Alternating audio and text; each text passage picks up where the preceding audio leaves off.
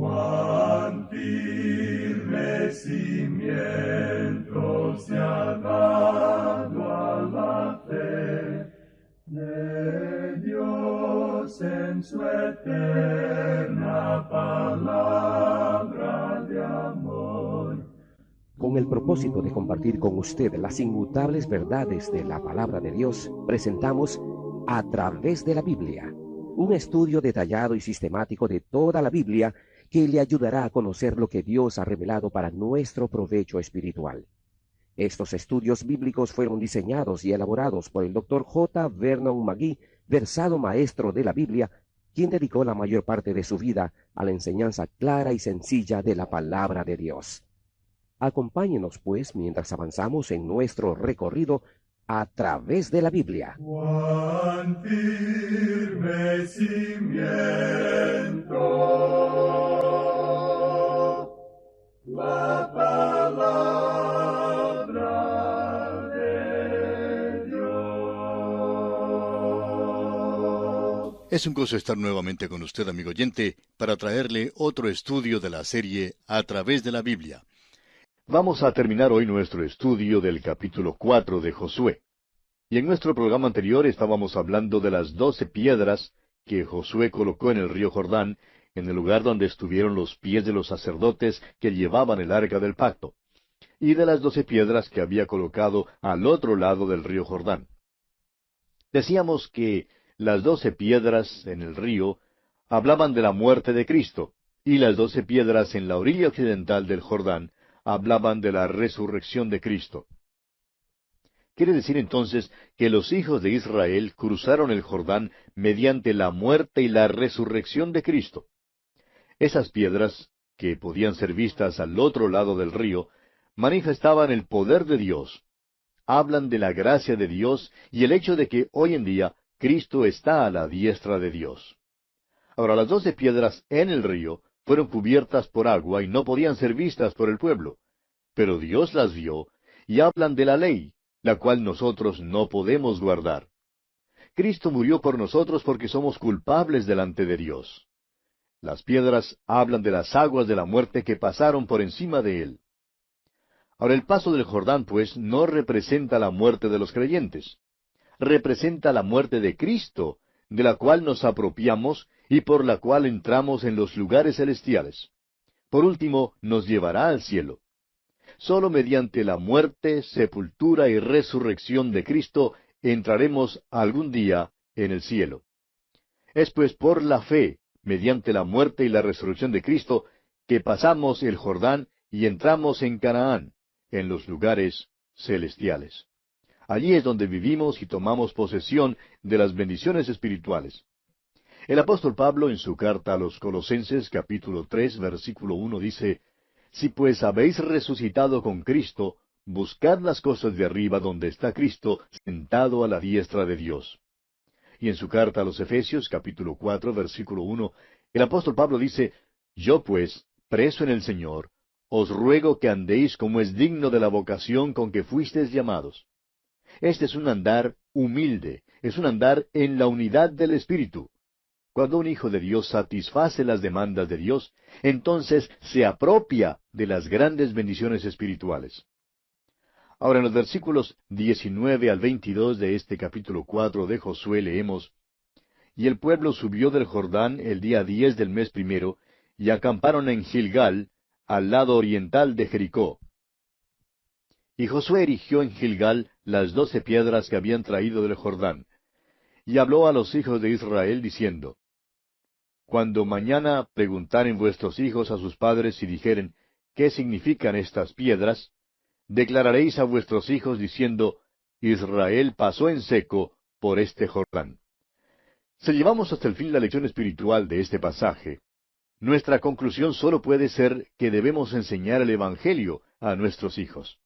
El deber de los padres es dar el Evangelio a sus hijos. No hay mejor privilegio que aquel que tiene un padre de conducir a su propio hijo a un conocimiento de Cristo como Salvador personal. Esta es la responsabilidad de los padres. Continuemos ahora leyendo los 2 últimos versículos de este capítulo 4 de Josué, versículos 23 y 24.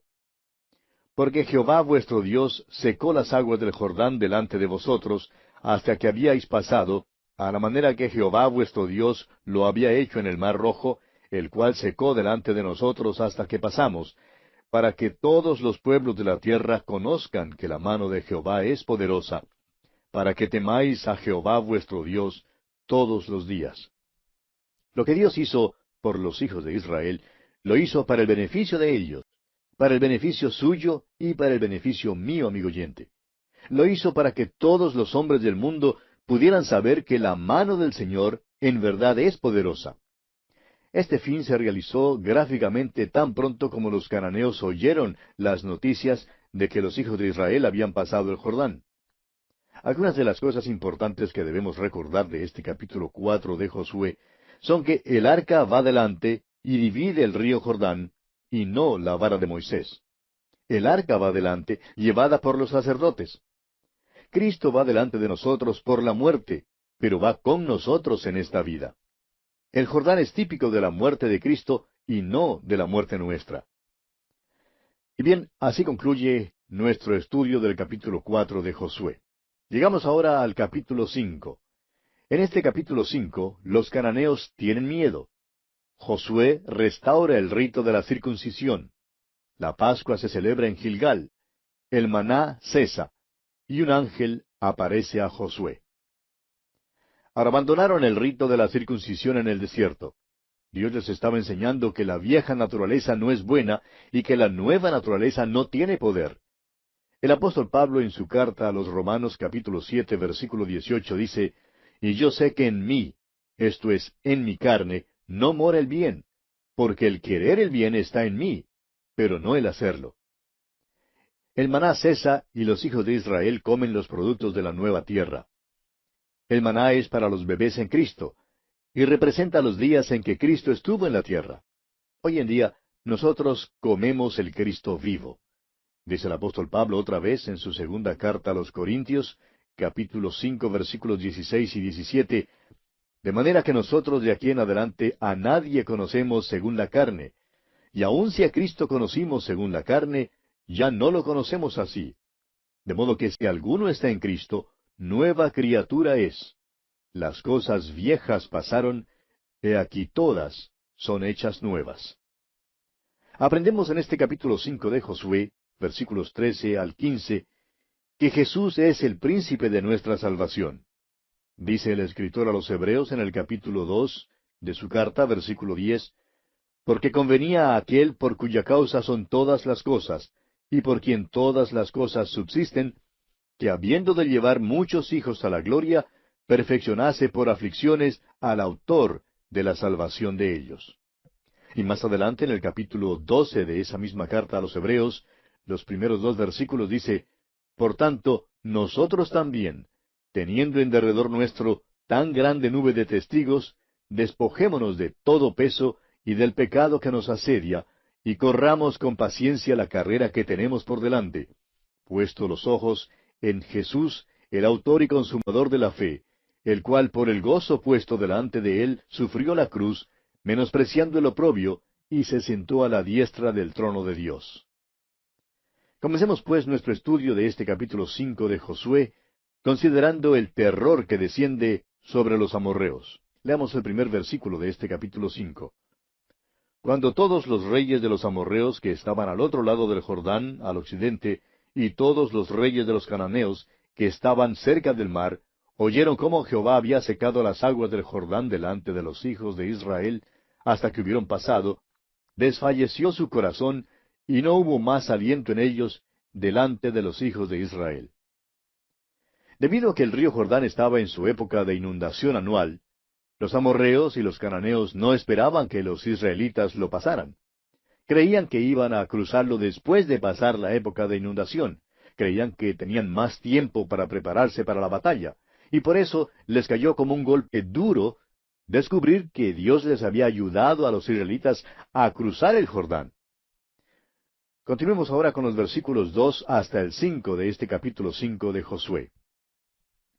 En aquel tiempo Jehová dijo a Josué, «Hazte cuchillos afilados, y vuelve a circuncidar la segunda vez a los hijos de Israel. Y Josué se hizo cuchillos afilados, y circuncidó a los hijos de Israel en el collado de Aralot. Esta es la causa por la cual Josué los circuncidó. Todo el pueblo que había salido de Egipto, los varones, todos los hombres de guerra, habían muerto en el desierto, por el camino, después que salieron de Egipto.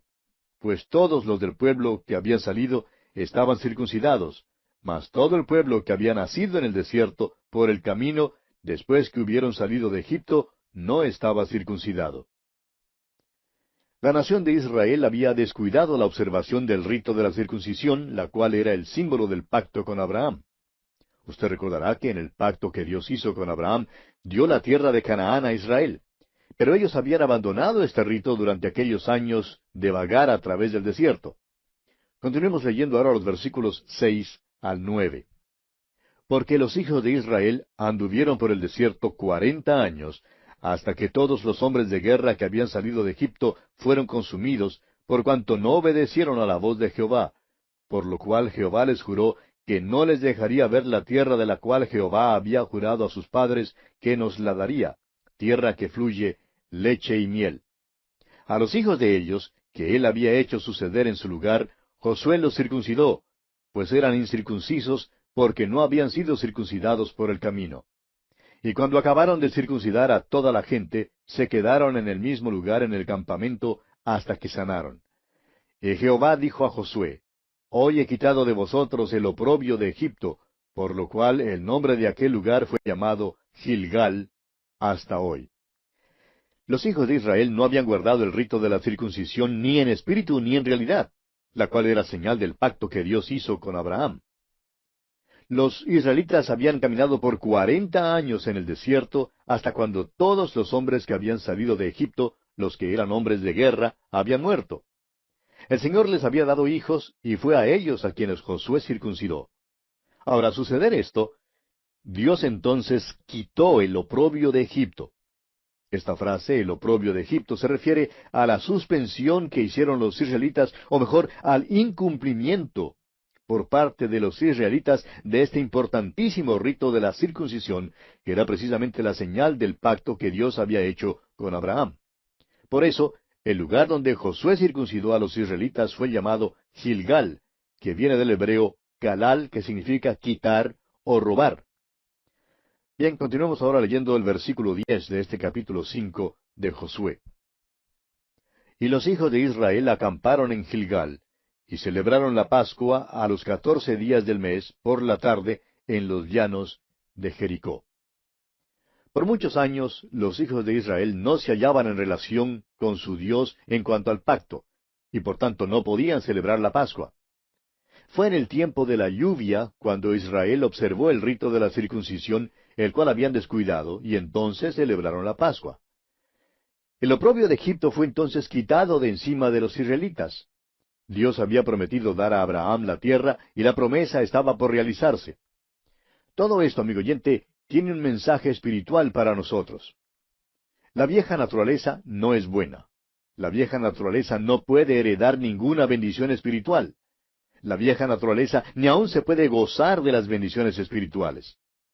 El apóstol Pablo, en su carta a los Romanos, capítulo 7, nos habla en cuanto a la guerra entre la naturaleza vieja y la nueva. Luego, en su carta a los Gálatas, capítulo 5, versículo 17, el apóstol Pablo dice, Porque el deseo de la carne es contra el espíritu, y el del espíritu es contra la carne, y estos se oponen entre sí, para que no hagáis lo que quisiereis. El apóstol Pablo descubrió que no había ningún bien en la vieja naturaleza, ni poder alguno en la nueva naturaleza. Los israelitas fueron circuncidados para poder reconocer esa verdad. Ahora, Dios les dará victoria en la tierra, pero Él tiene que prepararlos para ella. Continuemos leyendo los versículos 11 y 12 de este capítulo 5 de Josué. Al otro día de la Pascua comieron del fruto de la tierra, los panes sin levadura, y en el mismo día espigas nuevas tostadas. Y el maná cesó el día siguiente, desde que comenzaron a comer del fruto de la tierra. Y los hijos de Israel nunca más tuvieron maná, sino que comieron de los frutos de la tierra de Canaán aquel año. El maná era una descripción de Cristo. Usted recordará que allá en el Evangelio según San Juan, capítulo 6, versículos 49 al 51, El mismo Señor Jesús lo confirma diciendo, vuestros padres comieron el maná en el desierto y murieron. Este es el pan que desciende del cielo, para que el que de él come no muera. Yo soy el pan vivo que descendió del cielo. Si alguno comiere de este pan, vivirá para siempre. Y el pan que yo daré es mi carne, la cual yo daré por la vida del mundo. El maná representa a Cristo en su muerte. Allí en el Evangelio según San Mateo, capítulo 20, versículo 28, el Señor Jesucristo dijo, como el Hijo del Hombre no vino para ser servido, sino para servir y para dar su vida en rescate por muchos. Cuando los israelitas llegaron a Canaán, el maná cesó y empezaron entonces a comer el fruto de la tierra. Ahora escuche con cuidado. Muchos creyentes viven hoy en día de los testimonios. Siempre hay testimonios en los banquetes y sociales de la iglesia, los cuales son maravillosos y conmovedores. Sin embargo, los testimonios son principalmente para los inconversos, y los cristianos que viven de ellos están viviendo del maná. Si usted, amigo oyente, entra en Canaán y toma posesión de las bendiciones espirituales, tendrá que dejar de comer el maná y empezará a comer del fruto. Ahora, ¿sabe usted cuál es ese fruto? Es la palabra de Dios, todos los 66 libros, desde el Génesis hasta el Apocalipsis. Eso es lo que tratamos de servirle, amigo oyente, fruto. Sin embargo, hay muchos que no gustan de ese fruto. Los israelitas se quejaron de comer el maná, pero en verdad era una comida buena. La señora de Moisés, por ejemplo, no dijo nada en particular en cuanto a cómo servir el maná, pero creemos que probablemente hacía uso de su libro de cocina, el cual indicaría como 100 modos de preparar el maná. Amigo oyente, el fruto puede llegar a ser algo monótono, especialmente si ha estado comiendo del maná por mucho tiempo. Muchos creyentes lamentablemente no tienen interés en el estudio bíblico, y no demoran en alejarse de la enseñanza bíblica. Muchos pastores de iglesias han sido profesores excelentes de la Biblia. Al enseñar ellos la palabra de Dios, el Señor ha bendecido inmensamente sus ministerios.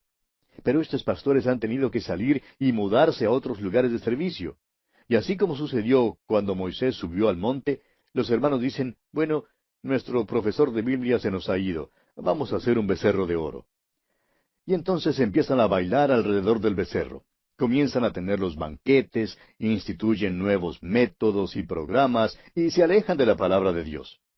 Amigo oyente, es posible que usted crea que el fruto no es tan bueno como el maná. Pero Dios quiere que usted coma el fruto y que deje de comer el maná. Cuando Israel entró en la tierra prometida, Dios ya no les dio a comer el maná. Y si usted sigue viviendo del maná, amigo oyente, nunca crecerá. El maná le sostendrá en el desierto, pero si va a tomar posesión de las bendiciones espirituales en la tierra, tendrá que comer del fruto. Muchos de nosotros necesitamos realmente cambiar de dieta. Consideremos ahora la visita del príncipe del ejército de Jehová. Leamos los versículos 13 al 15 de este capítulo 5 de Josué. Estando Josué cerca de Jericó, alzó sus ojos y vio un varón que estaba delante de él, el cual tenía una espada desenvainada en su mano. Y Josué, yendo hacia él, le dijo, ¿Eres de los nuestros o de nuestros enemigos? Él respondió, No, mas como príncipe del ejército de Jehová he venido ahora. Entonces Josué, postrándose sobre su rostro en tierra, le adoró y le dijo, ¿Qué dice mi señor a su siervo? Y el príncipe del ejército de Jehová respondió a Josué, Quita el calzado de tus pies, porque el lugar donde estás es santo. Y Josué así lo hizo. Tenemos aquí el llamamiento y la comisión de Josué, así como el llamamiento de Moisés en el llano de Madián en la zarza ardiente. Usted recordará que allá en Éxodo capítulo 3, versículo 5, a Moisés se le mandó quitarse el calzado de sus pies, porque el lugar en que estaba era tierra santa. Los israelitas habían pasado ya el Jordán y estaban acampando al otro lado. Un día por la mañana, Josué probablemente se levantó, pasó revista al campamento, y quizá hasta se llenó de orgullo al examinar las tiendas de las 12 tribus. Él era el líder de este gran grupo y el sucesor de Moisés. Y debe haberse sentido bien. Pero luego sucedió que miró hacia el borde del campamento y vio allá a un hombre parado con su espada desnuda en la mano. ¿Y sabe usted quién era? Creemos que no era otro que el Cristo preencarnado. Según el escritor a los Hebreos, en el capítulo 2 de su carta, versículo 10, Él es el autor de la salvación. Al mirarle Josué, probablemente pensaba dentro de sí, es seguro que él no sabe que aquí yo soy el general. No he dado ninguna orden que alguien desenvaine su espada. Mejor es que yo hable con ese individuo. José pues se acercó donde estaba el hombre y le dijo, ¿Eres tú por nosotros o por nuestros enemigos? Entonces él se paró con la espada en la mano, se volvió hacia Josué y le dijo, Soy príncipe del ejército de Jehová. ¿Y sabe usted lo que sucedió? Josué se postró en adoración delante de él. Bueno, amigo oyente, lamentablemente nuestro tiempo ha concluido, así es que tenemos que detenernos aquí.